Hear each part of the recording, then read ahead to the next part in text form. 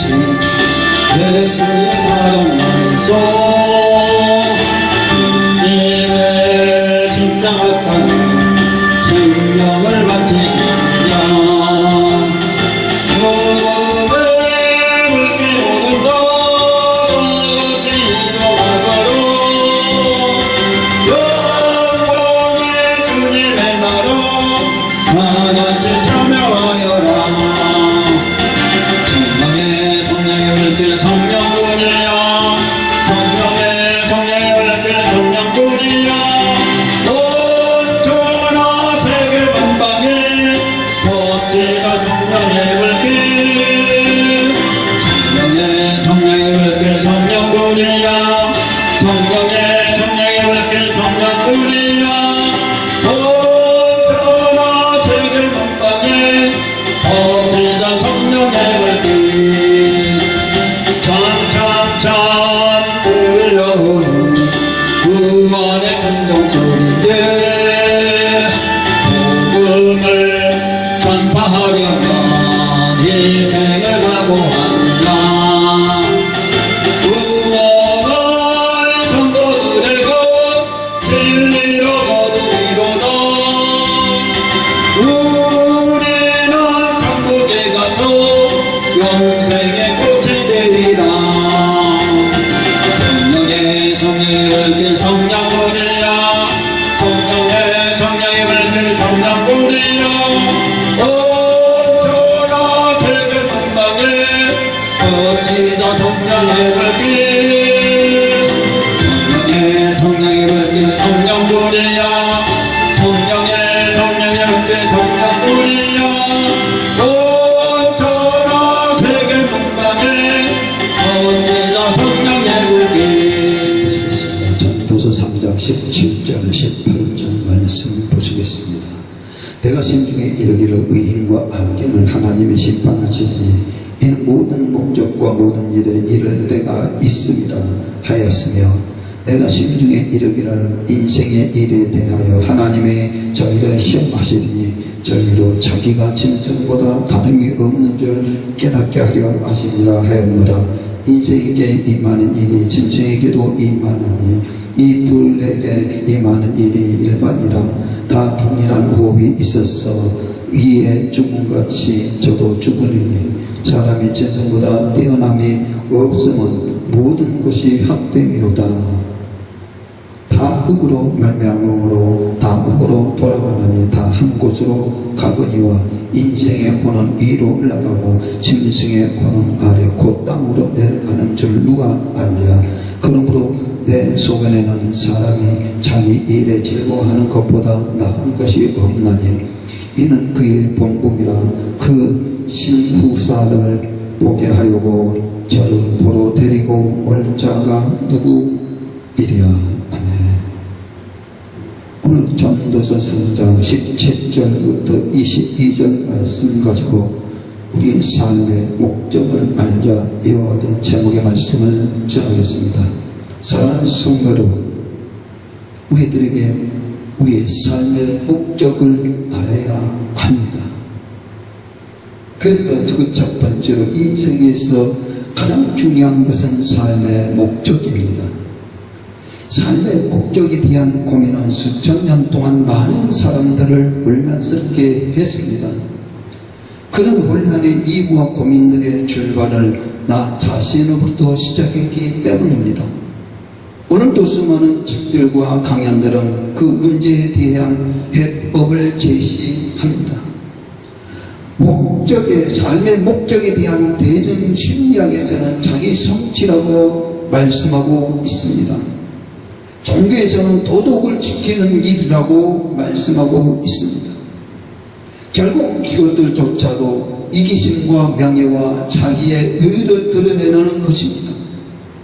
즉 삶의 모든 목적을 알려주기보다는 살아가는 데 필요한 인생의 목표를 발견하게 합니다. 또한 목적을 이루기 위한 방법만을 설명해주고 있을 뿐입니다. 우리 자신에게 초점을 맞춘다면 결코 삶의 목적을 찾을 수 없습니다. 둘째로는 성공하는 것과 삶의 목적은 전혀 다른 것입니다. 왜냐하면 삶의 목적을 모르기 때문입니다. 모든 연구자의 발명품에도 발명자의 분명한 목적과 의도가 있습니다. 만약 우리가 인생의 목적을 분명히 알고 살아간다면 유익한 점이 우리들에게 많이 있습니다. 그러나 삶의 의미가 부여되면 삶은 단순해집니다. 또한 해야 할 일을 쉽게 결정하기 때문에 스트레스를 적게 받습니다. 이것은 우리와 개인의 성취감이나 마음의 편안함과 행복감 그 이상의 것입니다. 가족과 직업 그리고 우리의 가장 큰 꿈과 훨씬 더 큰 것입니다. 그래서 우리 삶의 존재의 목적을 바로 알아야 합니다. 삶의 목적이란 우리들에게 무엇입니까? 사랑하는 성도 여러분, 고민입니까? 아니면 나는 왜 사는가? 나는 무엇을 해야 하는가? 나는 무엇이 되기를 원하는가? 나의 목표, 나의 야망은 과연 무엇인가? 생각해 보시기 바랍니다. 셋째로는 삶의 목적은 이런 종류보다 더 훨씬 더 큰 것입니다.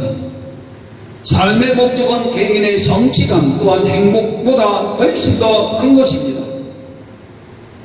인간은 우연한 산물이 아닙니다. 우리는 철저한 하나님의 사랑 안에서 창조되었습니다. 우리는 하나님을 통해서만 존재의 이유를 찾을 수 있습니다. 하나님은 우리를 만드시기 전부터 우리를 마음에 품으셨습니다.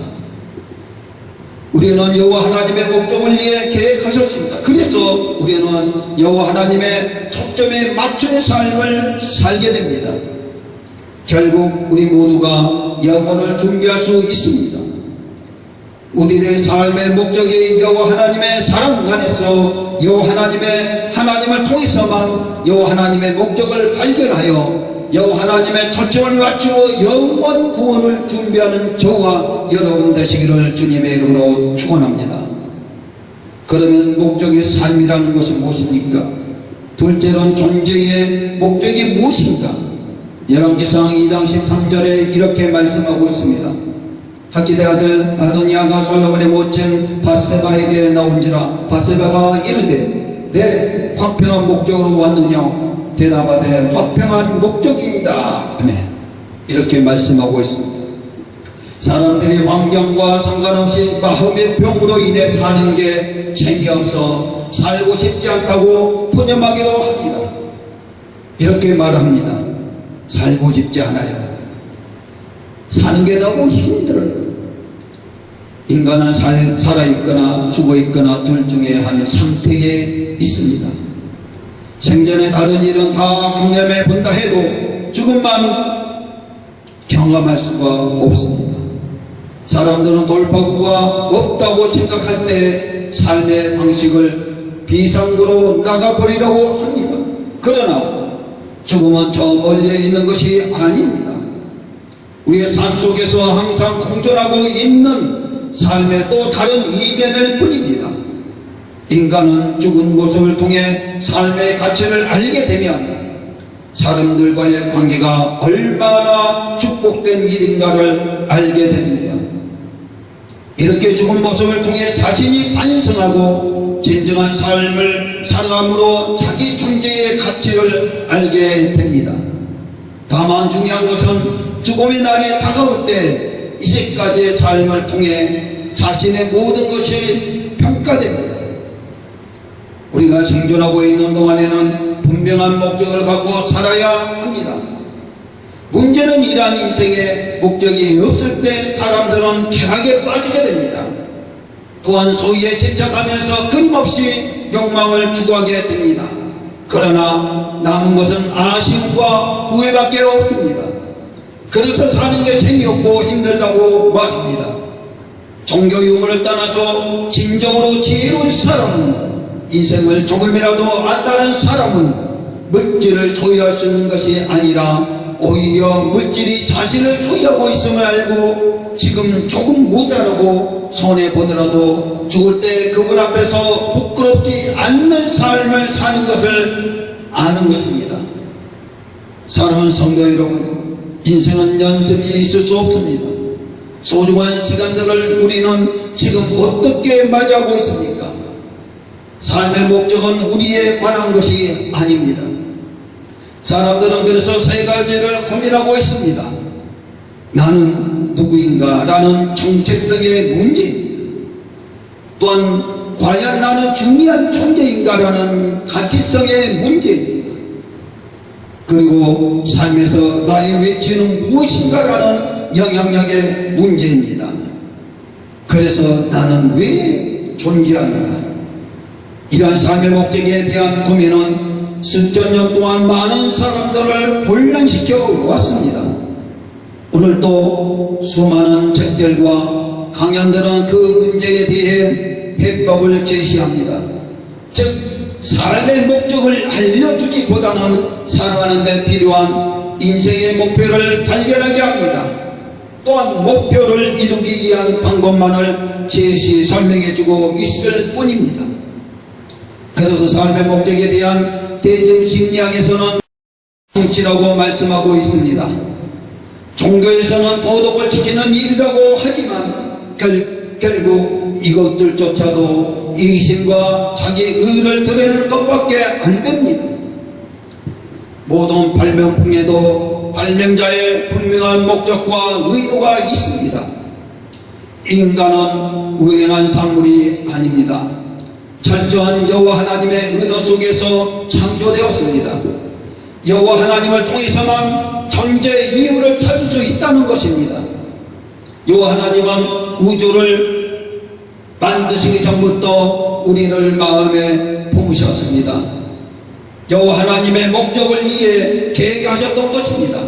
만약 우리가 인생의 목적을 분명히 알고 살아간다면 유익한 점이 많이 있습니다.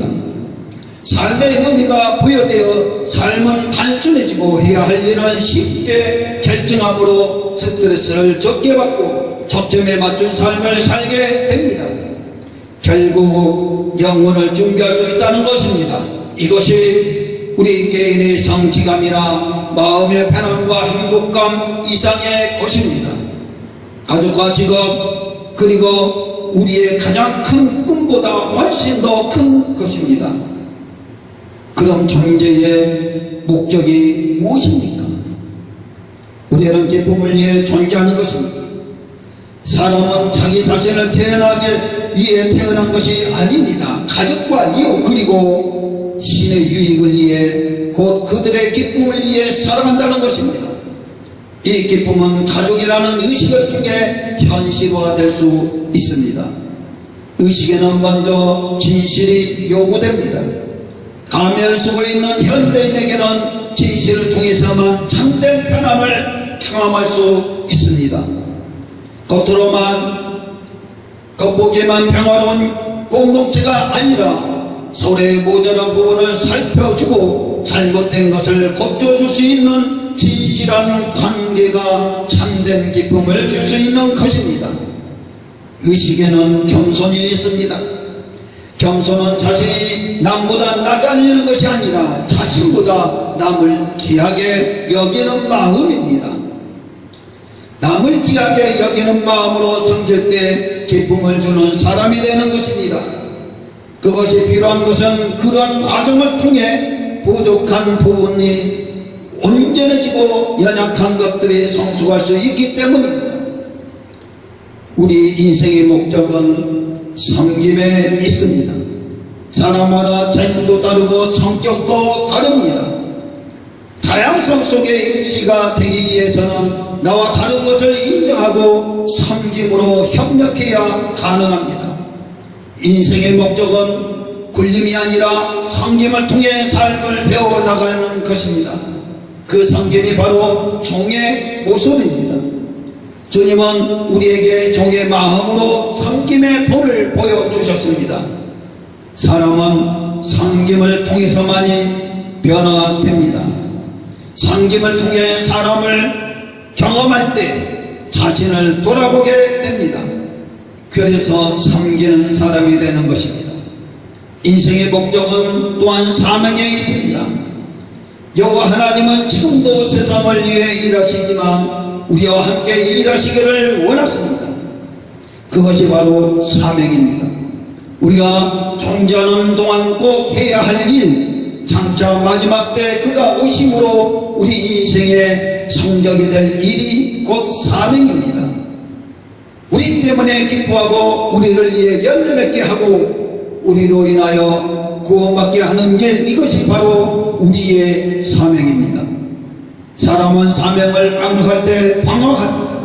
사명에 사로잡혀 있을 때 가장 강한 사람이 되고 유혹을 이길 수 있습니다.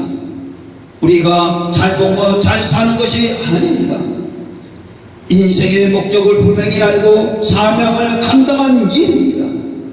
곧 이웃과 우리들에게 기쁨을 주는 자로 섬기는 자의 삶임을 새롭게 결단해야 합니다. 마지막 그날까지 내 관점에서 자신을 바라보는 것이 아닙니다.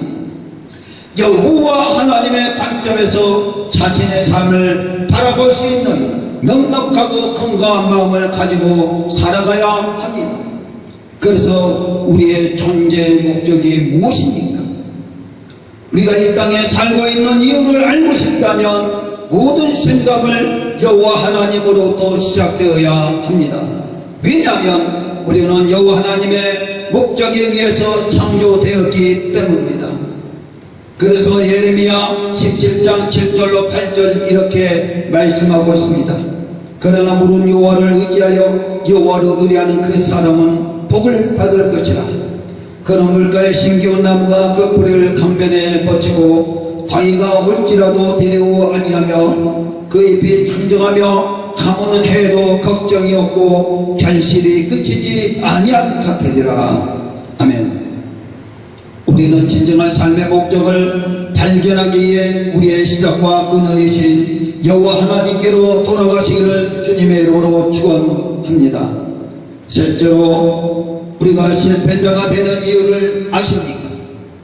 많은 사람들의 인생의 실패자가 되는 이유는 무엇입니까? 열심히 산다고 하는데 힘들고 괴로운 이유는 무엇입니까? 우리가 이 땅에 살고 있는 이유를 알고 있습니까? 우리 삶의 목적을 모르기 때문입니다. 인생에서 가장 중요한 것은 삶의 목적입니다. 삶의 목적에 대한 고민은 수천 년 동안 사람들을 혼란스럽게 했습니다.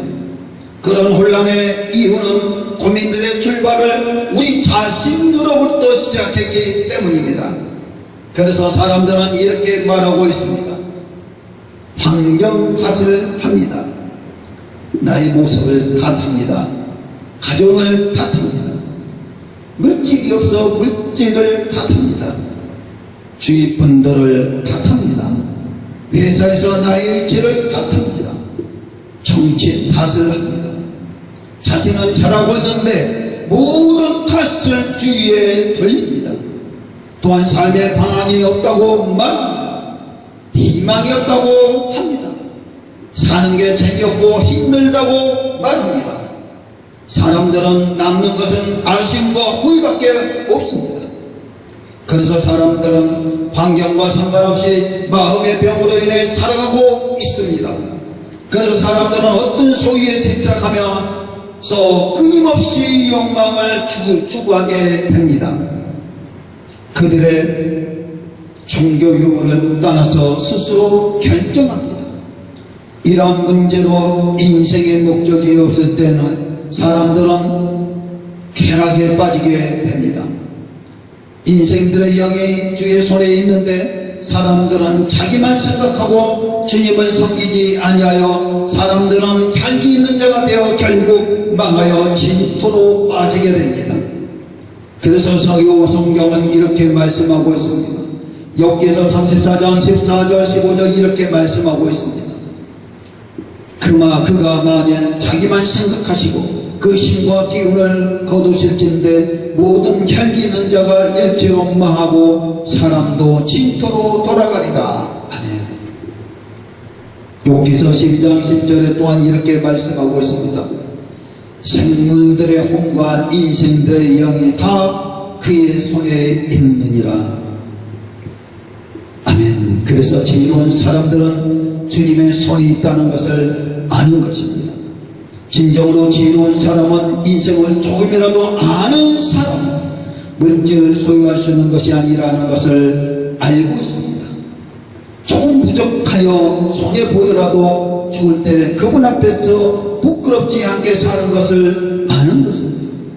자기 재물을 의지하는 자는 패망하게 되어 있습니다. 그래서 성경은 이렇게 말씀하고 있습니다. 잠언서 11장 28절에 자기의 재물을 의지하는 자는 패망하려니와 의인의 푸른 잎사귀 같아서 번성하리라. 아멘. 자기의 재물을 의지하면 패망하지만 의인의 잎사귀는 번성한다고 했습니다. 그래서 첫째, 여호와 하나님과 재물을 겸하여 섬기지 못합니다. 성경은 재물을 하나님 외에 다른 주인이라고 말씀하고 있습니다. 마태복음 6장 24절 이렇게 말씀하고 있습니다. 한 사람이 두 주인을 섬기지 못할 것이니 혹 이를 미워하며 저를 사랑하거니와 혹 이를 중히 여기며 저를 경히 여깁니다. 너희가 하나님과 재물을 겸하여 섬기지 못하는지라. 아멘. 그러나 세례는 회개합니다. 나는 죄인으로서이다. 누가복음 18장 13절 이렇게 말씀하고 있습니다. 세례는 멀리 서서 감히 눈을 들어 하늘을 우러러 보지도 못하고 다만 가슴을 치며 가로되 하나님이여 불쌍히 여기옵소서 나는 죄인으로서이다 하였느니라. 아멘. 우리도 세리처럼 자신을 돌아보며 회개한 자 됩시다. 둘째로는 우리는 실패로 경험을 할 수 있습니다. 그래서 우리가 다른 일을 다 경험해 볼 수 있습니다. 그러나 우리는 죽음만은 경험할 수 없습니다. 인간은 다른 사람들의 죽음을 통해 자신을 반성하고 본인의 삶의 가치를 알게 됩니다. 우리는 죽음의 날이 다가올 때 그날까지의 삶을 통해 자신의 모든 것을 평가합니다. 사람들과의 관계가 얼마나 축복된 일인가를 알게 됩니다. 그래서 우리가 살아있는 동안 분명한 목적을 갖고 살아야 합니다. 그래서 성경은 이렇게 말씀하고 있습니다. 잠언서 14장 32절에 악인은 그 환난에 엎드러져도 의인은 그 죽음에도 소망이 있느니라. 아멘. 의인은 죽음에도 소망이 있습니다. 우리 모두는 주님 안에서 소망 있는 의인 되시기를 주님의 이름으로 축원드립니다. 그래서 우리가 실패자가 아니라 우리는 물질의 얽매인 자가 아니라 주님의 이름으로 축복받는 하나님의 자녀가 됩시다. 우리는 실패자가 아니라 주님의 자녀이기 때문에 우리의 영은 주님 안에 있기를 주님의 이름으로 축원합니다. 셋째는 실패의 이유를 알아야 합니다. 실패자가 되는 이유를 아십니까? 많은 사람들이 인생의 실패자가 되는 이유는 무엇입니까? 열심히 산다고 하는데 힘들고 괴로운 이유는 무엇입니까? 우리가 이 땅에 살고 있는 이유를 알고 있습니까? 우리 인생은 연습이 있을 수 없습니다. 왜냐하면 삶의 목적은 우리에 관한 것이 아니기 때문입니다. 우리는 주님 안에서 오늘은 어디와 오늘을 기다리는데 내일이 있기 때문입니다. 그러나 그 소중한 시간들을 우리는 지금 어떻게 맞이하고 있습니까? 사람들은 그래서 보통 이런 고민을 하고 있습니다. 나의 고민은 정체성의 문제입니다. 나는 누구인가라는 정체성의 문제입니다. 과연 나는 중요한 존재인가? 영향력의 문제입니다. 삶에서 나의 위치는 무엇인가라는 고민을 하고 있습니다. 우리 삶의 목적을 모르기 때문에 고민하고 있습니다. 인생에서 가장 중요한 것은 삶의 목적입니다. 삶의 목적에 대한 고민은 수천 년 동안 사람들을 혼란스럽게 했습니다. 그런 혼란 속에 이유는 고민들의 출발을 우리 자신으로부터 시작했기 때문입니다. 삶의 목적이란 무엇입니까? 나는 왜 사는가입니다. 나는 무엇을 해야 하는가 고민입니다. 나는 무엇이 되기를 원하는가 고민입니다. 나의 목표, 나의 야망은 무엇인가 고민입니다. 삶의 목적은 이런 종류보다 더 훨씬 더 큰 것입니다. 이렇게 우리 자신에게 초점을 맞춘다면 결코 삶의 목적을 찾을 수 없습니다. 성경은 이렇게 말씀하고 있습니다. 에레미야 17장 7절로 8절 그러나 우리는 여호와를 의지하며 여호와를 의뢰하는 그 사람은 복을 받을 것입니다. 그는 물가에 심기운 나무가 그 뿌리를 강변에 붙이고 더위가 올지라도 두려워 아니하며 그 잎이 청정하며 가뭄해도 걱정이 없고 결실이 그치지 아니함 같음이라. 아멘. 또한 시편 1편 1, 2절에 이렇게 말씀하고 있습니다. 복 있는 사람은 악인의 길을 쫓지 아니하며 죄인의 길에 서지 아니하며 오만한 자리에 자리 앉지 아니하고 오직 여호와의 율법을 즐거워하며 그 율법을 주야로 묵상하는 자로다. 아멘. 복 있는 사람은 영생의 복입니다.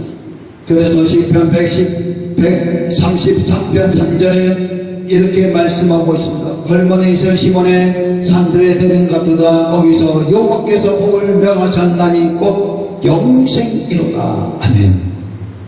송구하는 것과 삶의 목적을 이루는 것은 전혀 다른 것입니다. 우리는 삶의 목적을 알아야 합니다. 여호와를 의지하면 모든 고민의 문제를 해결할 수 있습니다. 그래서 주님께서 이렇게 말씀하셨습니다.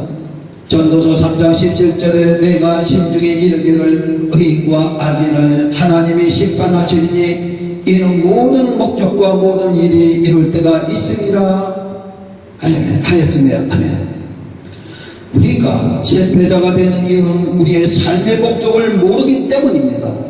그래서 우리는 주님으로부터 삶의 목적을 발견하시기를 축복합니다. 우리 모두는 여호와를 의뢰함으로 여호와의 율법을 지구하는 주님의 자녀가 되어 주님 안에서 복받는 자녀가 되시기를 축복합니다. 대체로는 그래서 우리는 실패의 목적을 알아야 합니다. 그러면 나는 왜 존재합니까? 골로새서 1장 16절 17절 이렇게 말씀하고 있습니다. 만물이 그에게 창조되되 하늘과 땅에서 보이는 것들과 보이지 않는 것들과 혹은 보유자들이나 주관들이나 정사들이나 권세들이나 만물이 다 그로 말미암고 그를 위하여 창조되었고 또한 그가 만물보다 먼저 계시고 만물이 그 안에 함께 섰느니라. 아멘. 삶의 목적은 우리의 관한 것이 아니기 때문입니다. 이것은 우리 개개인의 성취감이나 가족과 직업으로 마음의 편안과 행복감 이상의 것입니다. 그리고 우리의 가장 큰 꿈보다 훨씬 더 큰 것이기 때문입니다. 우리가 이 땅에 살고 있는 이유를 알고 싶으십니까? 우리의 진정한 삶의 목적을 발견하고 싶으십니까? 우리의 시작과 근원이신 여호와 하나님께로 돌아가야 합니다. 우리의 모든 생각을 여호와 하나님으로부터 시작되어야 합니다. 왜냐하면 우리는 여호와 하나님의 목적에 의해서 창조되었기 때문입니다. 그래서 우리는 여호와 하나님의 목적대로 살아가시기를 주 예수 그리스도의 이름으로 간절히 축원을 올려나이다. 아멘. 점점 배우내신 예수의 사랑 안에서 이외 십자가 땅 생명을 바치느냐 무릎을 물기로는 너같이 일어나가로 영광의 주님의 나라 다같이 참여하여라. 성령군이야 성령의 불길 성령군이야 온천하 세계 만방에 멋지다 성령의 불길 성령의 불길 성령군이야 성령의 불길 성령군이야 온천하 세계 만방에 멋지다 성령의 불길 찬찬찬 울려오는 구원의 군종소리에 복음을 전파하려면 희생을 각오한다. 구원할 성도들의 것 진리로 거두기로다. 우리는 천국에 가서 영생의 꽃이 되리라. 성령의 밝힌 성령불이야. 성령의 밝힌 성령불이야. 멈춰라 세계 만방에 퍼지다 성령의 밝힌 성령의 밝힌 성령불이야. 성령의 밝힌 성령